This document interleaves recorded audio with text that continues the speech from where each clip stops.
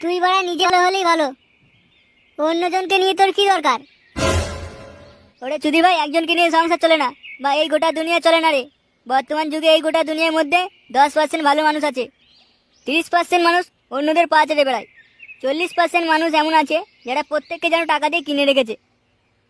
তার মধ্যে 15% বেশ কয়েকটা খানকি ছেলে তৈরি হয় যারা প্রত্যেকের উপর অত্যাচার করে। আবার তাদেরকে বাঁচানোর জন্য কয়েকটা গুদমানি আছে যারা নিজেদের বাঁ নিয়ে রেডি থাকে সবসময়। হ্যাঁ, এটা একদম ঠিক বলেছিস। যার পর কিছু হলেই ওই চুদির ভাইগুলো বাড়া খাড়া করে চলে যায় তাদেরকে বাঁচাতে। সেটা না হয় বুঝলাম, কিন্তু বাকি 5% কি করে?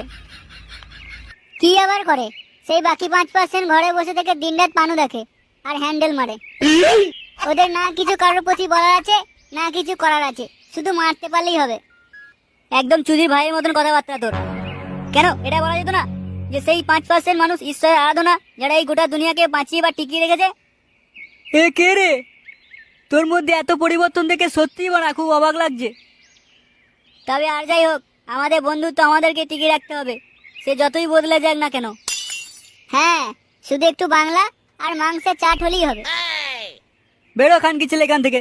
ভালো কথার জায়গায় খানকি ছেলে ভুলভাল কথা বলছে। দেখ ভাই, তোদের ওরকম জ্ঞানের কথাবার্তায় আমি না গলাতে চাই না। আমার একটু যেটা চাই সেটা